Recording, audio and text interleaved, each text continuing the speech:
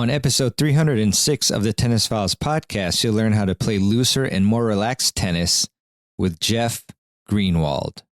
Hey there, and welcome to another episode of the podcast. I hope you're doing well and improving your tennis game. And today we've got a great episode with Jeff Greenwald, who is an internationally recognized sports psychology consultant and the author of a fantastic tennis psychology book, The Best Tennis of Your Life. And he owns the Fearless Tennis brand. I've had Jeff on numerous summits and podcast episodes, and that's for obviously the reason that he is fantastic at discerning the best routines and habits to increase your mental game fortitude. So on today's episode, we're going to have Jeff talk about and answer questions from the audience on the most common pressure situations and how to handle them to play looser and more relaxed tennis. I think you'll really enjoy it. This was a great discussion, and I'm excited to bring it to you. So without further ado, here's my discussion on the mental game with Jeff Greenwald. Hey everyone, welcome to this session for the summit with my friend Jeff Greenwald. It's so good to see Jeff again. We were actually in Tampa together a couple of weeks ago at Innisbrook, where Jeff was educating everybody on the amazing principles. It's so transformative, and it's really helpful for everybody at the camp. If you don't know about Jeff, he has a very extensive resume. I mean, incredible player, and also obviously a mental game expert. So Jeff is an internationally recognized sport psychology consultant, a licensed psychotherapist, and the author of the third best-selling tennis psychology book, The Best Tennis of Your Life and Fearless Tennis as well. So you should definitely check all of his written content out. And Jeff has also been helping athletes and professionals through his personal coaching, seminars, book and audio programs for the past 20 years. Jeff was ranked number 1 in the world in the men's 35 age division. He's a 2-time ITF world champion and former ATP Tour player, and he was inducted into the Northern California Hall of Fame. So we have a Hall of Famer with us today, which is awesome. Mm-hmm. And, the cool thing about Jeff is, he's very learned and he keeps trying to improve himself. And, he struggled with being tight during his career, but then he discovered these transformational mental game principles and techniques through an intensive learning process, some of which he'll be able to share with you today along with answering your questions. So really excited to have Jeff on. And how's everything going in the tennis world and otherwise? Great, mehrban. Thank you for that intro. Appreciate it. Happy to be here with you and talk about the topic that's definitely something I've been working with for many, many years, for sure. Yeah. Awesome. Yeah. So I'm excited for people to ask us your questions. I see a bunch of people in here and streaming in. So let me start it off for you, Jeff. So one question for you is, why do we often struggle executing a command like just go for your shots? In other words, why does the body often brace on contact and not finish the shot, even though you tell yourself to do it? Yeah, the old inner game of tennis, which, in terms of trying to execute something naturally. And this is something that every player deals with, first of all, right? I just want to say that every player at every level deals with tightness, and Novak talks about it all the time. He said, in fact, there's not a match he's ever played that he didn't feel a little anxious, right? So, but as far as the commanding yourself, which is so common to sort of tell yourself, you're a little tight, and tell yourself to go for your shots, and then you do, or you try to, you either miss or you brace, as you said. The body, intuitively, if you think about it, telling yourself to do something that you naturally feel is the right thing to do, and you probably did the day before, in practice, there's sort of lack of trust. It's a lack of trust and an unwillingness to miss a shot. It's like it looks that, I don't know if the internet is going out a little bit or what. Can you hear me? A tiny bit, but you're back now. You're good. Yeah, it's just a tiny glitch, but yeah, you talk about trusting yourself, right? Okay. Trusting your body and the willingness to hit through the ball, to finishing your shot, and being okay with misses. Yeah, which is crucial. Yeah. Yeah. Awesome. I will interject with a question from the audience. So hello, Jason. Good to see you. If someone is interested in doing what you do and want to make it as their career, how should they get started? So clearly Jason's inspired by all the great stuff you're doing. Well, yeah, Jason, it's certainly, I think, a field that's growing, every year, and certainly the pandemic opened it up even more in terms of athletes being more open and honest about the reality on the inside, right? What's happening in their heads and their bodies. And so, yeah, as far as starting, I'd say that finding a program to, in school to begin learning more about the field, about the mind body and different avenues, strategies, and so forth, but getting a foundation in human behavior. And because I think that's really important to, tools and strategies are one thing, and then understanding the mind and how the mind works and the brain, how that all interacts, especially under pressure, and is something that you can't just pick up in a book. You can certainly apply some strategies in matches, which is why we're having this conversation. But as far as being really helpful to people with nuanced issues and different temperaments and personalities and so forth, histories, you really want to get a foundation in the field of neuroscience even now, I think, more and more. So, yeah. Awesome. Yeah, no, definitely. Thanks, Jeff. Mike asks, or actually he says, saw you play at LJBTC in December. I was warming up a younger friend for some of his matches. Very cool. What do you focus on when playing younger players? That's an interesting question, and an appropriate one, because I am older now, playing in the 40s. I'm 56 now. And but interestingly, and I appreciate your question, Mike, because I really feel strongly that you want to go out and execute your own intentions, what you need to do to feel good about your game, to play your best, and hopefully you have some cues and adjustments and things you are aware of. But I really try to, and I think succeed often in not worrying so much about my opponent. Obviously, I'm assessing their weakness and forehand, backhand, et cetera, and matching that to what I like to do, which is hit a lot of forehands. But I really try to do what I do. I try to stay in the driver's seat and not get too swayed by my opponent's youth and inexperience, as Ronald Reagan once said I don't hold it against them, their inexperience, even though they move perhaps better than I do. So. Yeah, it's continually just trying to execute your strengths against the weaknesses. Great stuff, regardless of the age. Let's see. So another question. While we wait on some. Oh, well, we got another question, but I'll ask one, and we'll flip back. So, Jeff, is there a difference in regards to nerves and tension between the pros and then us competitive league players? So, great question. Muscle tension and nerves. We all are human, right? So we share that.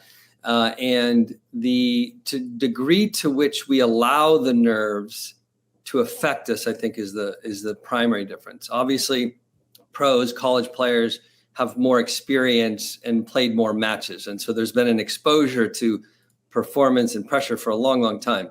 And some folks who have been playing for a few years and stopped for a while and came back to tennis, that these situations, these moments with your teammates hanging on the fence, or the matches riding on, the matches riding on your personal match, it can be a lot of pressure. But it's really not panicking. I often say it's the anxiety of the anxiety that is really the first thing you need to work on removing. If you can when you have the jolt of nerves, adrenaline, the tightness, your feet stop, maybe your arm won't go through the ball, right? There's so many different sort of permutations of being tight and nervous. And so it's this reaction we have to that feeling when you're on the court and you're in the middle of it, that if you can be better at expecting that tension to show up, knowing it's normal, then you'll be better sort of prepared to accept it when it happens, and be more committed to your intention. So ultimately, you're more committed to finishing your shot, for example, than you are caught in the score. And I know that takes a little time moving the needle from score. Oh God, I'd be up 40 love and then all the score-based thinking rather than focusing in on what you have control over and what really matters to you. Hopefully more, as much or maybe even more than the winning and losing. I know that takes a little time, but I've turned a lot of people toward let's focus on what you can control. Finish your shots if that's something that's important to you. And guess what happens anyway? You miss less, you win more. So you then are your own advocate. But I'd say that's the biggest difference. Players at lower levels sort of panic a little bit more. The anxiety is actually higher than at the higher levels. Yeah. Yeah, great stuff, Jeff, per usual. So the questions are streaming in here, which is fantastic. So Christina says, I feel like coaches often ask us not to play to our natural abilities. Like if you're really good at swinging volleys, they say don't do that. That's a low percentage shot. How do you differentiate? Yeah, so I mean, it's interesting because I appreciate that because I know this is a whole area in terms of, and I hope this helps folks in terms of like everyone has their own learning style and their own way of approaching their own history, frankly, with the game, forehand, backhand, success in both and volleys, et cetera. And if a coach happens to be more of they were a baseliner themselves, perhaps, and never had a swing, never used a swing volley, it's often you see that in the women's game more, right? But I think that it's really important to be clear with coaches of what you want too, and why you're interested in it, so that because they may not, if you don't let them know and you're not your own advocate, they're going to often teach what they want and they'll focus in on a stroke that they want. So I would suggest or invite everybody to be really critical consumers. When you get a coach who says we're doing this and they start focusing on one shot and exclude others that you really want to work on, speak up, right? But I think coming into the net and a lot of opportunities there to use a swing volley, and why not have another tool in your toolkit? And if it's fun to do, then I believe in working on that too. So be clear with your coaches, I think is important. Collaborate. Don't let them just tell you what to do all the time. Yeah. Yeah, most definitely. So great to see Jennifer from TennisCon Live. Hey, Jennifer, I returned from TennisCon Live and shared some of your tips on breathing and relaxing, which are great tips. I'm using them now too. Please suggest how to respond to a player who says, okay, but we're not playing Wimbledon.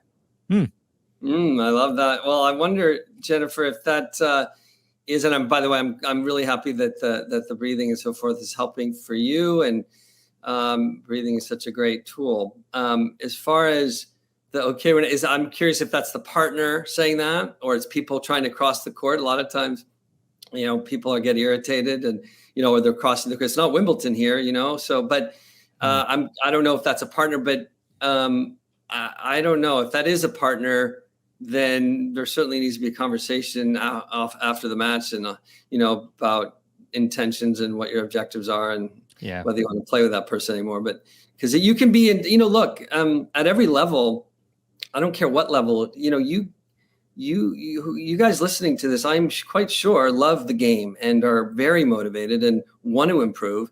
And some people don't though. Some people want to just win, right? Let's be honest. Some people just want to win and get through it, and they're not insightful or they're not really thinking about improvement. They're thinking about winning, right? So you're going to come up against this. In fact, I'll share this one anecdote really quickly from a client of mine this morning. He was super skeptical. He called me because he wants to play looser and freer and finish his shots and all that stuff. And he'd been reading my book, et cetera, and other things. And he said Jeff, you want people to give up winning and losing and the desire for that? And like, really, we should just go have fun? And I said, no. You want to win. Of course you do. And it beats losing, of course. Although I'd say the pain in losing is worse than the joy in winning maybe. But that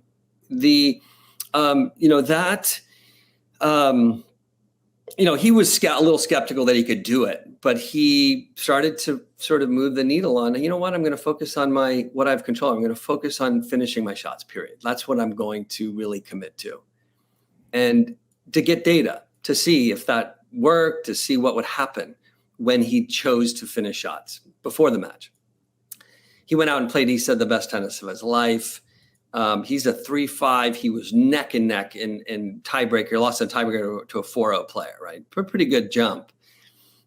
He was all in. He was being a little more curious when he missed instead of holding back when he missed. And it went beautifully. And then just yesterday, he was in the locker room and a guy said, hey, go get him. I think you can win this. And he said, well, I'm just actually more concerned how I hit the ball. I'm really looking forward to being loose and just focusing on that, and the guy, oh yeah. The guy said, yeah, totally. That's how I feel.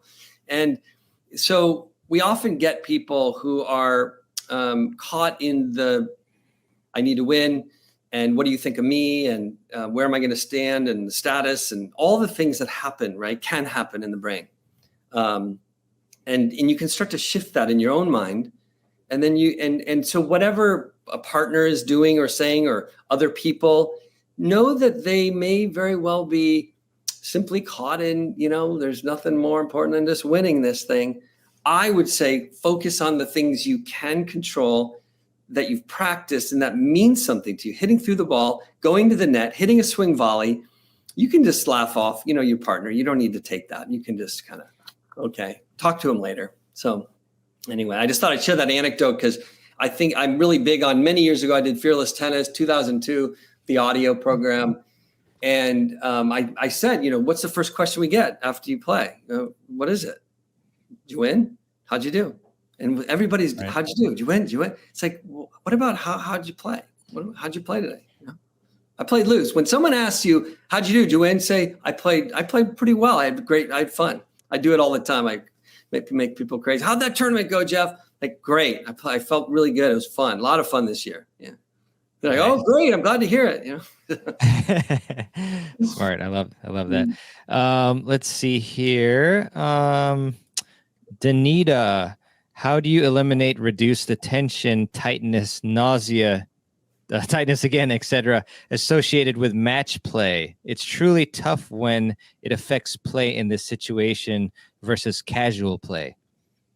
All right, I'm gonna give you guys some nuggets here. Okay, so look, set the intention before you walk on the court. 1 or 2, no more. Okay. There, you want to breathe between points. You want to focus on one point at a time. You want to finish your shots. Pick 1 or 2 intentions, and really, really, prioritize those. Okay, so you have that context, that mindset. These are the things you're gonna work on in the match. Also, breathing is which you probably know and you may do, but it's important to do it correctly. That's in through your nose and out through your mouth. I like to practice a 4 seconds in, 1 second hold, 6 out. Feel free to do it with me if you guys want to. 1 time. 4 in,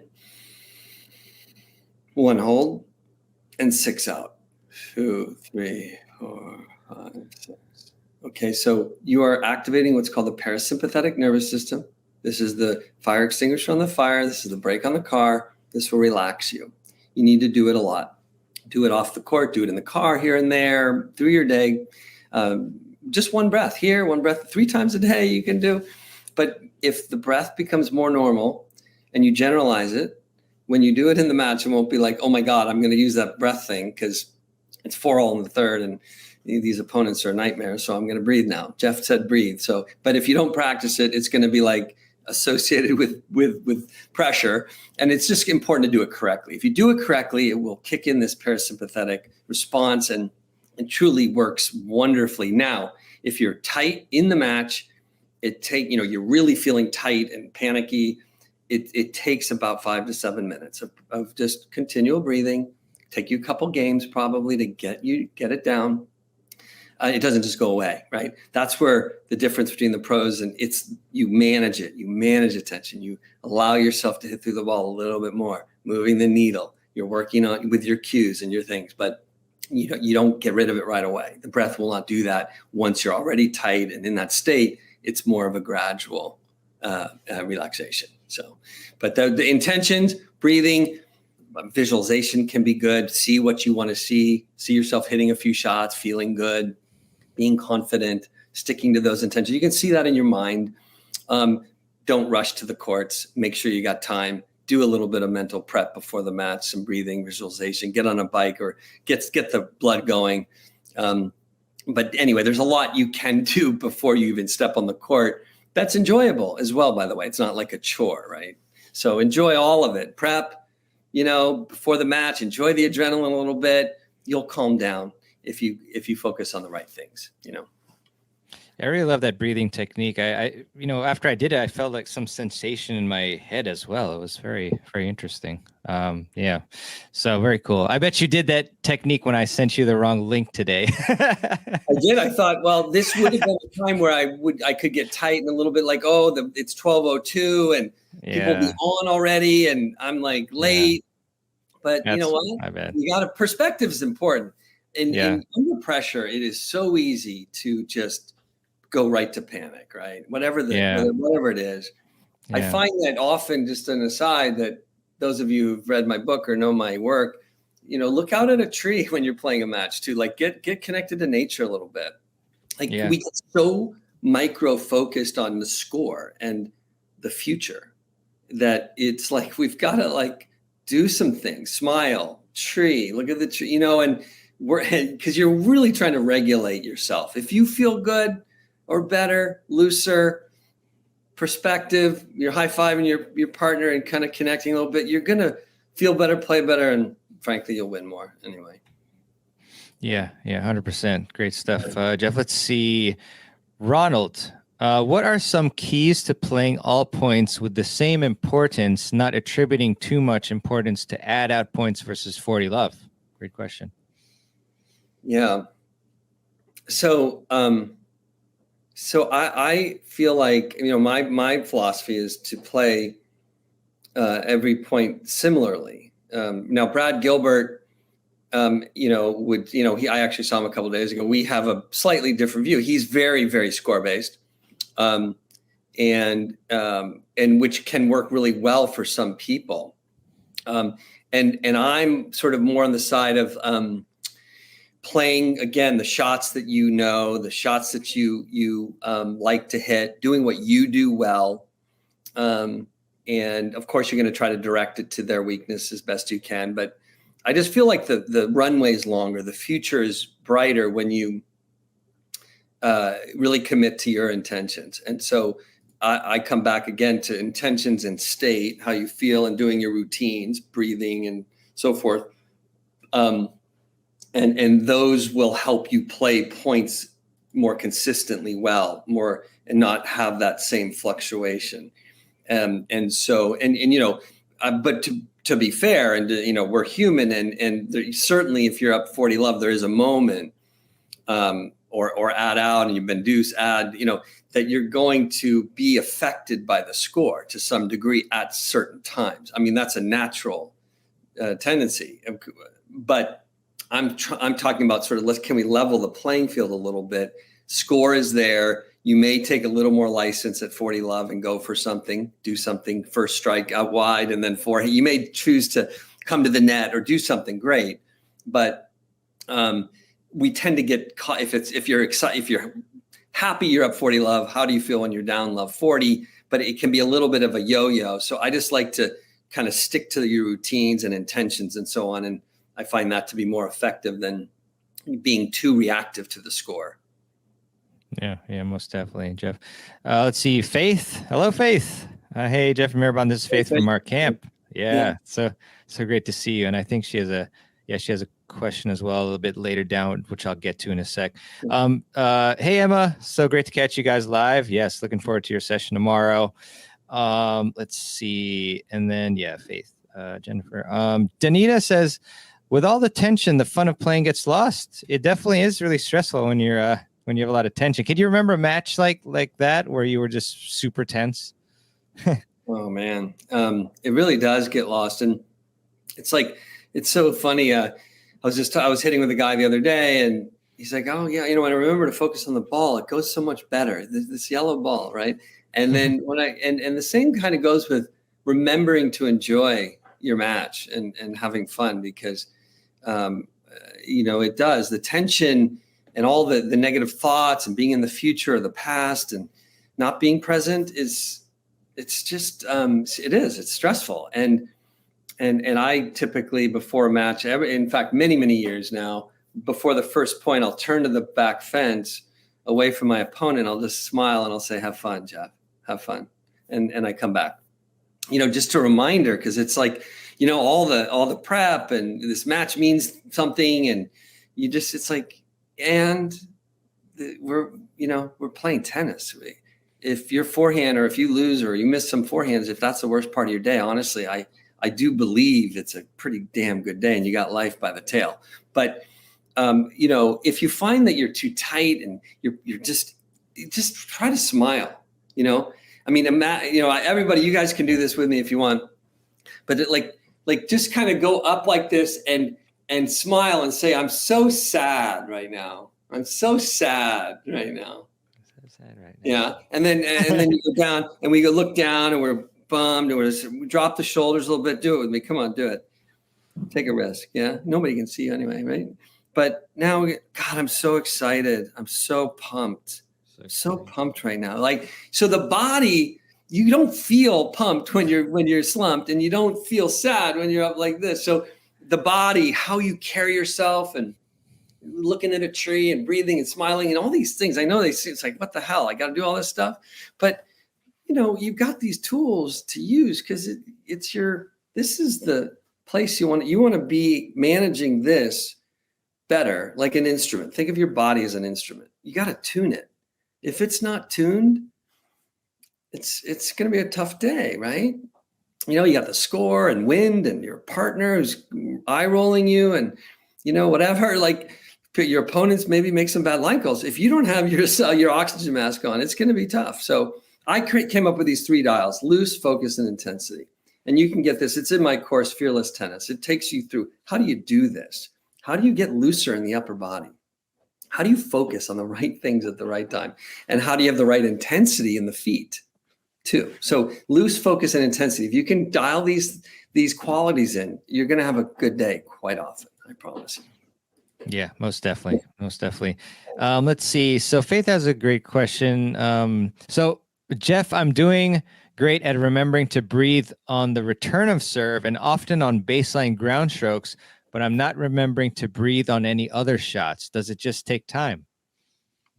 Yeah. So no, that's a great question, Faith. I'm glad you're doing the breathe, breathing on the return, ground strokes. That's huge improvement, because all in this case, everybody was holding their breath, and it's not uncommon, right? To hold your breath when you're hitting. You'd be surprised. So I encourage everybody, when you're hitting, when you go out next and hit, just notice, don't do anything different. Are you holding your breath? Are you releasing that?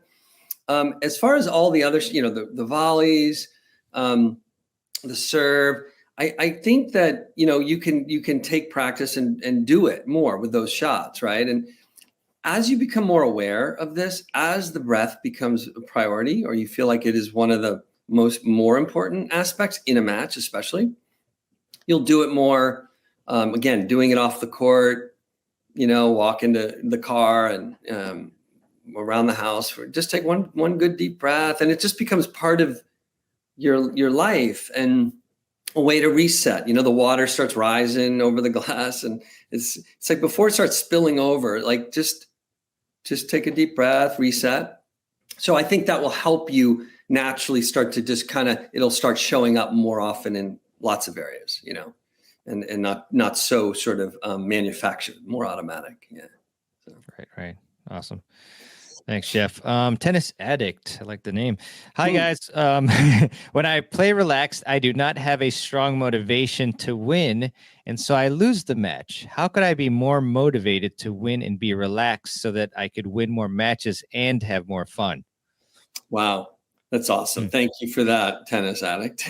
I love it. So look, I named this dial loose many years ago for this reason, really, because relaxed isn't really, and I know that was in the title either way, like mehrban, next time we'll get a little clearer on Yeah. I mean, it's like, but that's how a lot of people think of it, right? But it's really not. The loose part is because you're feeling looser in your wrist and your shoulder, hitting through, finishing, right? It's got a looser quality to it. I'll talk about that in a minute. I'd like to, but it's not relaxed like that. That whole sort of gestalt or whatever of being relaxed, and when you're watching a show, a movie, and hanging out, that it's not that, right? This is a match you care about. You want to win. You'd like to. You want to execute, play well. Make good on the lessons you've been taking, et cetera. And you want to feel like you're doing what you believe you can do out there. And so it's really about being looser, committed to finishing your strokes one shot at a time, 1 point at a time. And the motivation is about mastery. It's about doing that. It's about executing the things you say are important. It's about wanting to maybe win this match and seeing how you're doing under pressure. And so they're really, the motivation shouldn't go away. So if you're really kind of clear about looseness, which is a physical feeling more than it is like relaxed. So let's just be clear about the distinction between relaxed and loose, I think is important on that. Yeah. Thanks, Jeff. Let's see. Jay, look, what if you're too loose and not focused on winning? Like when you have no urgency to win the point and just end up hitting around and then lose the point by not taking advantage of weaknesses. Right. Okay. So I feel like, being focused on winning, we'd have to have a conversation about that, but that's always the context, right? There's always this tension between winning and losing. So every match you play, there's no tie. You're going to win or you're going to lose, which is cool if you see it that way. And so that's what's bringing you to the table. Like, there's a winner and you kind of want to see what today is going to bring. And you intend and believe you can win. Hopefully you believe you can win. You don't know if you will or not, right? Nobody does, not even Novak usually. But you believe you can, and you want to. You want to walk off and have that feeling, and and so you can be. So it's you can be loose because that's the feeling you've trained, you practiced it. You have the contrast between what tight feels like and what loose feels like, right? So I encourage you to do both. Purposely hit tight a little bit.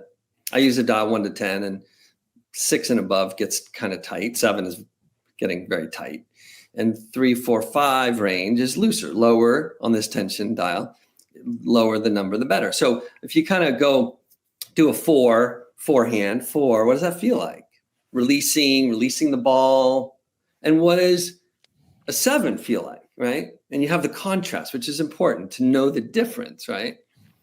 And top pros know the 0.5. Like I could tell you that was a 6.5 versus, you get to be tuned like that. But yeah, the winning is always there. You always want to win. If you saw me play, I'm fighting, running for every ball, spilling it out. I'm not, and I want to get every ball. I'd love to win every point. I know I'm not going to, but I want to be, how I hit the ball, how you hit the ball matters, right? So it's really a matter of do you want to be loose and move your feet and know what that feels like? And of course, all the while you're trying to get to the finish line, but you're doing it in a way that you feel good about. After it's over, you can feel good about how you did it. Gotcha. Thanks, Jeff. And I did change the title slightly, more fearless tennis now. Beautiful. Let's see here. Christina, if you play better coming from behind or as an underdog, how do you tap into that when you're the better player? How do you tap into when you're the better player? So I remember, Jeff, I'm sorry to interrupt, but I think Brad was telling me that Brad Gilbert, sorry, he would tell himself that he was behind, even though he wasn't. And then, but it's funny because he told us that he told Agassi to do this, and Agassi said, "What are you doing? Like, I can't do this." So I wonder what you think about that, and obviously the question just generally. It's a great question, right? And Yeah. and I was asked this too by a college coach not long ago. And I will caveat this by saying that that we're all, of course, different in certain ways. Yeah. Certainly, we all share human qualities, and some more than others. And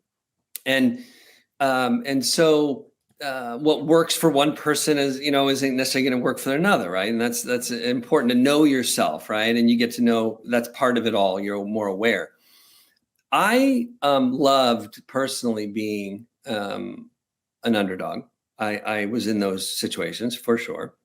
And I always did very, very well in those situations. I like the challenge. Of course, you have nothing to lose when you're the underdog, or you feel like you do. You have nothing to lose, and they have it. And so, but then what? The question is, well, what if you're not the underdog, right? And can you trick your brain? So I do think that, as Brad was talking about, that if you have an imagination and you understand that you're not like tricking yourself as much as you are acting the way you want to feel. So let me call it if you like actors and actresses, they have to drop into a state.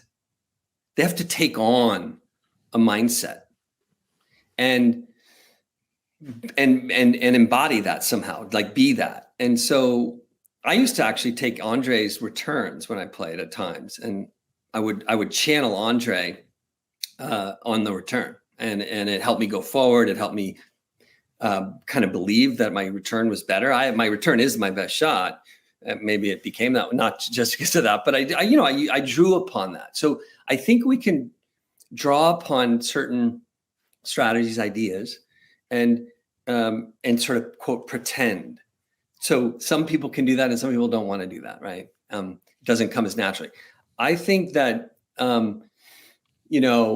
when you are more focused on mastery, on executing what you want to execute, what you've been practicing, and you really genuinely care about the playing this way, loose, focused, you don't need to play these tricks as much, or you don't need to kind of act your way there as often, because you really are immersed and connected to what I'm suggesting, intentions and breathing and, hitting through to your target, finishing your shots. These are your things, and you take joy from those.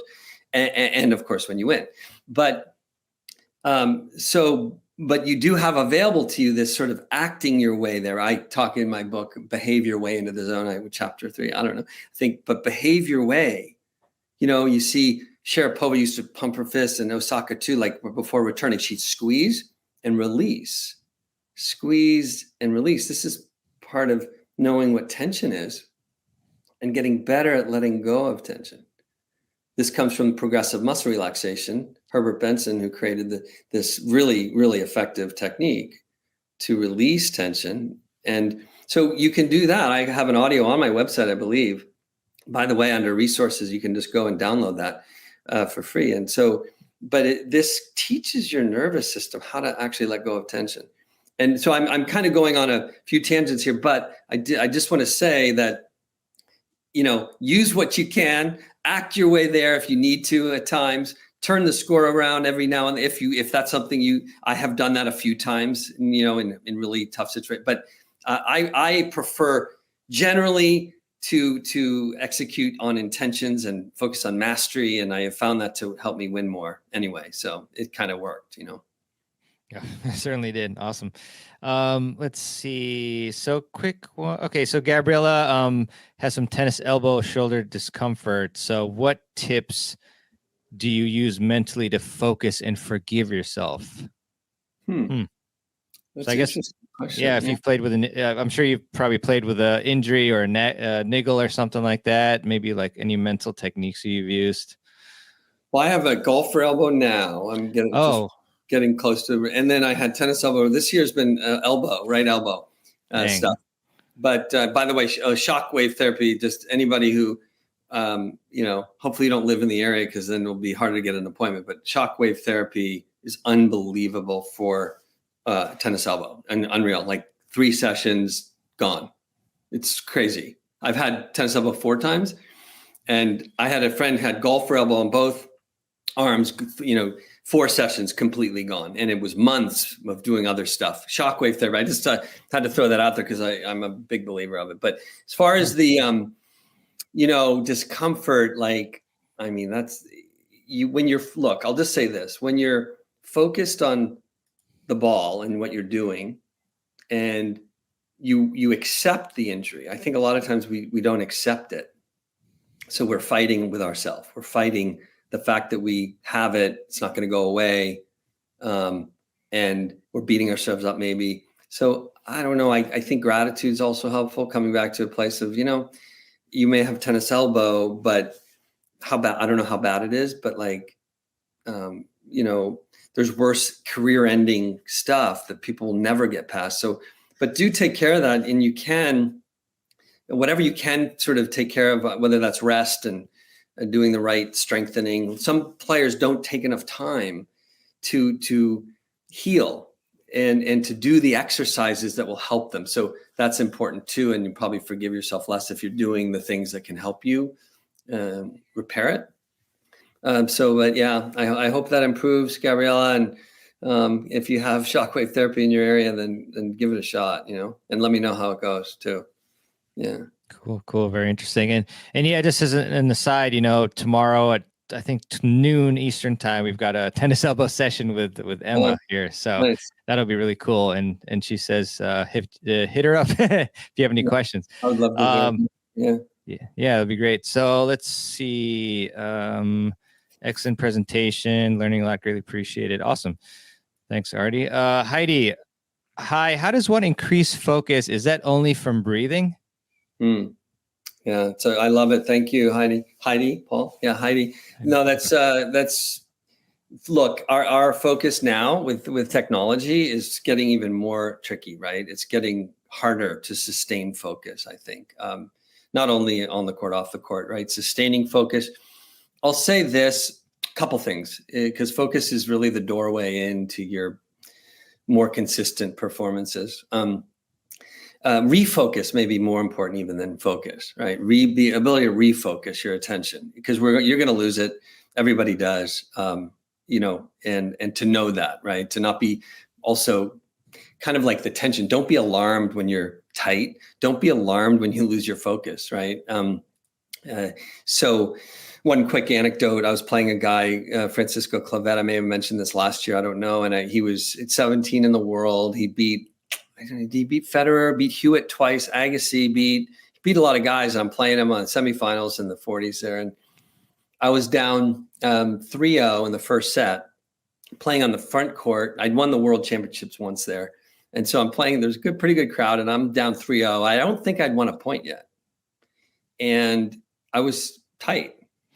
And I actually, in my mind, saw a scoreboard of 6-0, that I was going to lose 6-0.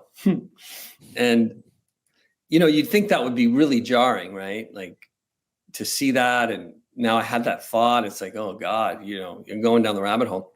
But I recognized that it was just a thought. So I lost my focus. I kind of smiled like, oh, wow, okay. That's a pretty bad one. But that thought was pretty, it was actually like a visual even, which is worse probably. But I went back, I refocused and said, okay, what do you got, Jeff? What do you got here? What can you do? Use your asset, which was my forehand. So I did 3-1, 3-2, 3-3, 4-3. I won, nip and tuck. I won 7-6 the first set, but he got me in the third set. But like, I was able to refocus, and I think that's really important, that these moments that we hit the bump, and it can be a jarring one at first, but it's like, wait, that's the first thought. Okay, next thought, what are you going to focus on? Come back to those intentions I mentioned earlier. But also just sort of practically, you can practice your focus all day. I mean, look, you're walking to the coffee shop and you're waiting for your coffee, you go on your phone, you could be distracted all day long. And we are. But if you have awareness, if you're mindful, if you choose to like, you know what, I don't really want to think about that, or I'm not going to pick up my phone. I'm going to give myself 5 minutes, 2 minutes. I'm not going to go onto the phone, and and you shift your focus to something else off the court.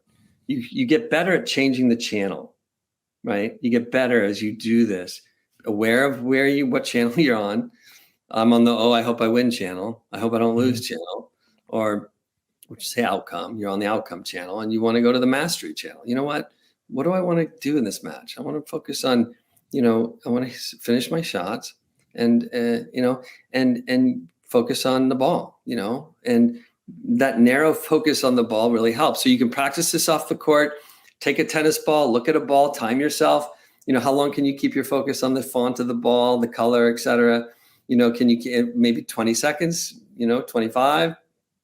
How you can do that, 5 times a night for a few nights. Just practice. See how long can you keep your attention on the ball before a thought comes in. Oh, I got to make dinner. So that's another technique. There's a lot of different ways, but I like to think that you can practice this whenever you want in life. Just like, okay, I'm on that channel. Do I want to be on that? No, I don't. Let's shift it. Yeah.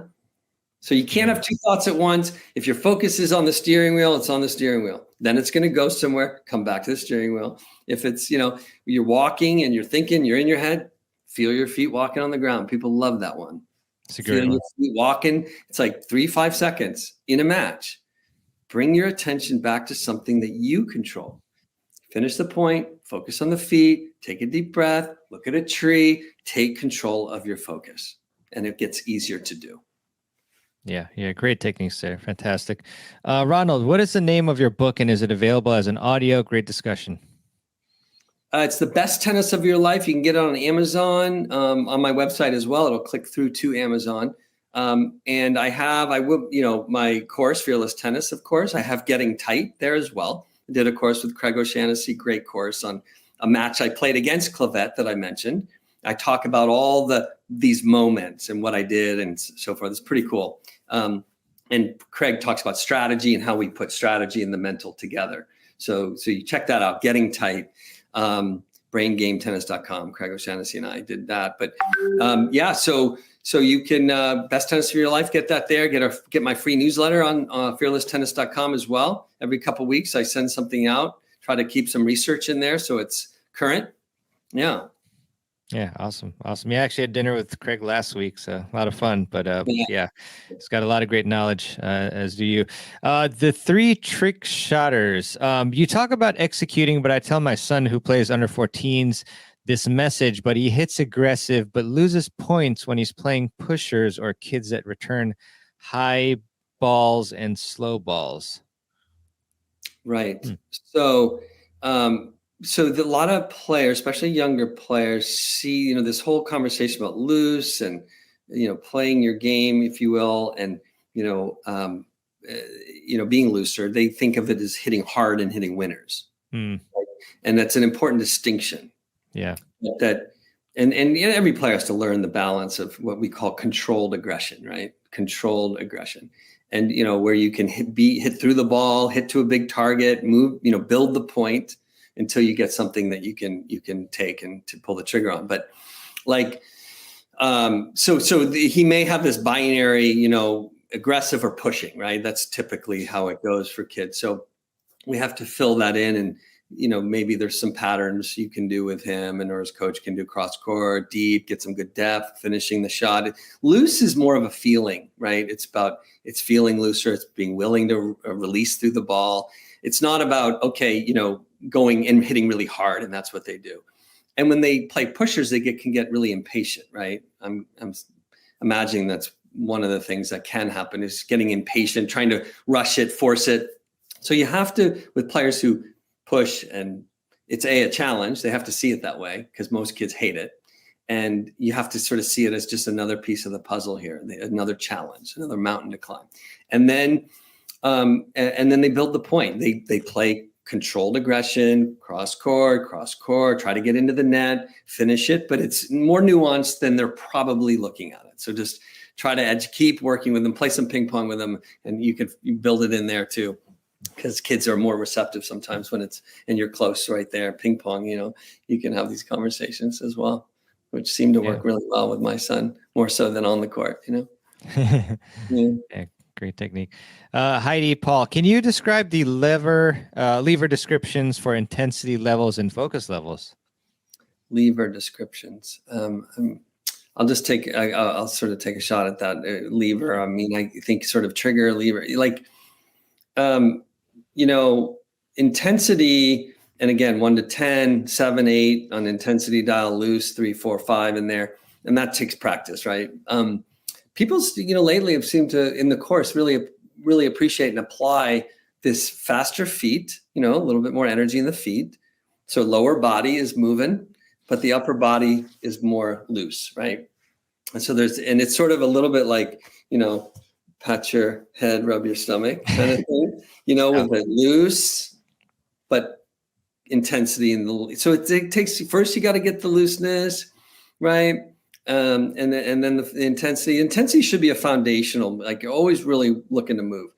And then focus, you really want to use, the ball, keep your eyes kind of, especially when you're playing the point, narrow on the ball, really track your server is in their hand and really narrow that focus. But when the point's finished, you want to kind of broaden that for a little bit too. Every now and then look up, as I said, but the focus is something that shifts, and it's a narrow focus when you're playing the point, the ball, the target, right?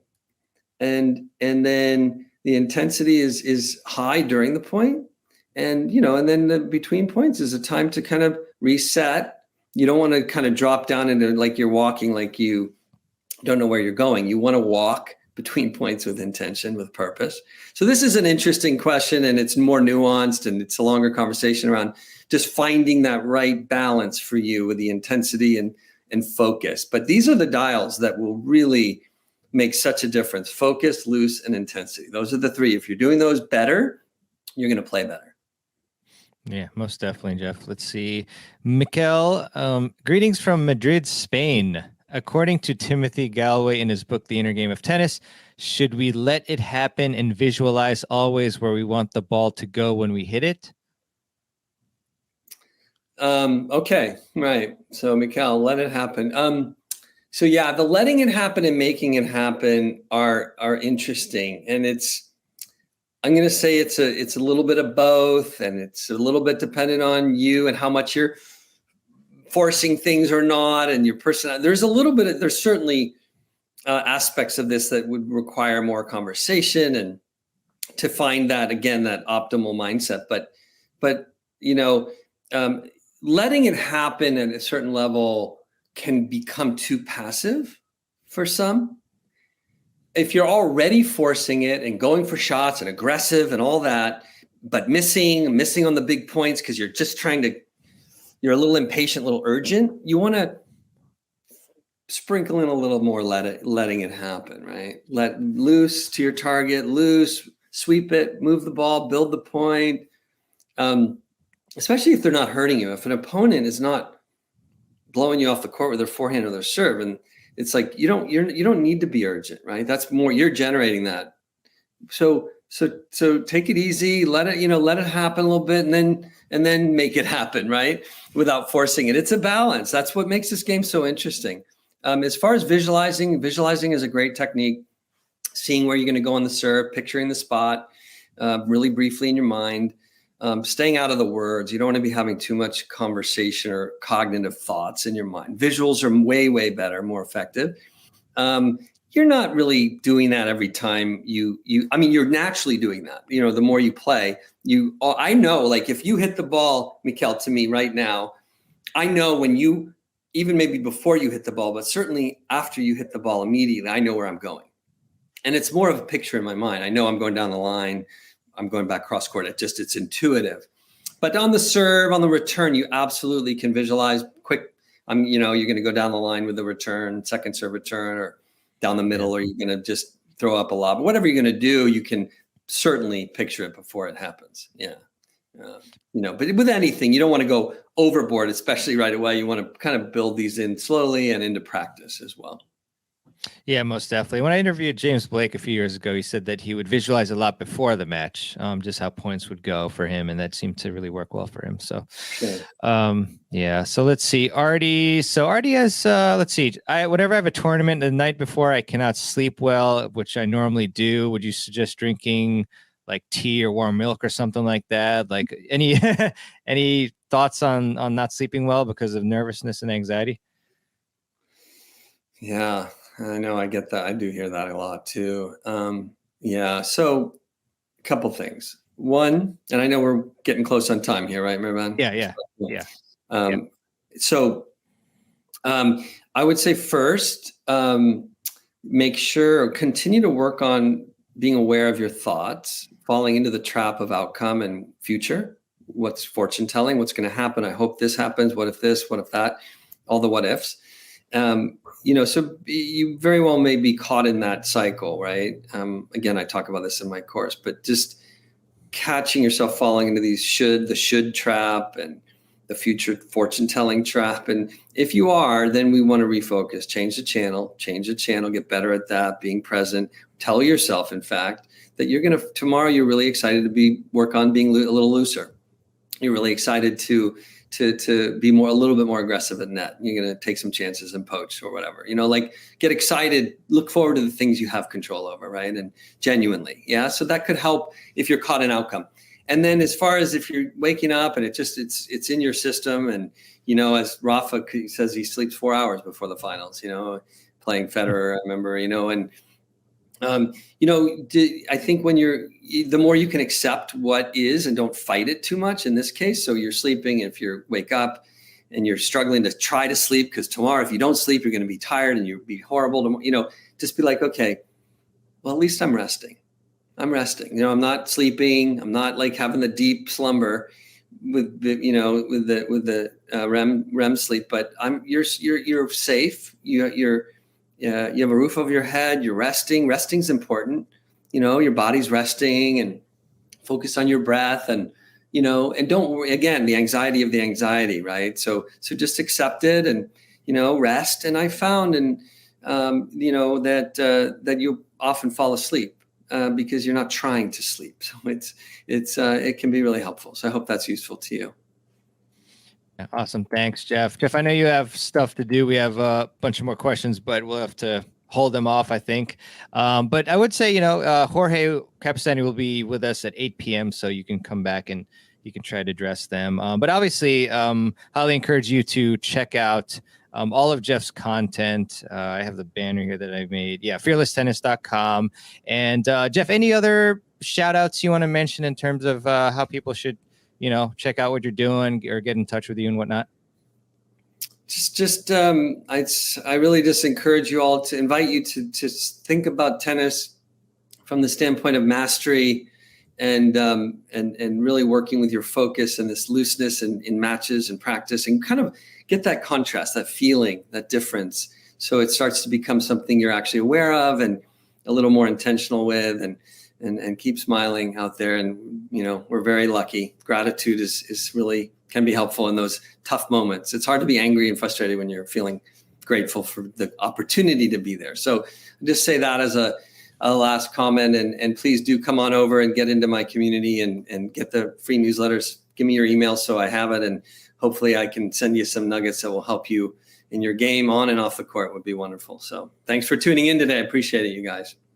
Yeah, thank you, everyone. Definitely check out Jeff's content. It's helped me and countless others. And I also put Jeff's link for the All Access Pass as well if you want to take advantage of that. So, Jeff, thanks so much for coming on. Hope to, do some stuff with you again in the future and see you in person soon. So all the best to you. And thank everybody for joining. It was super fun and very insightful.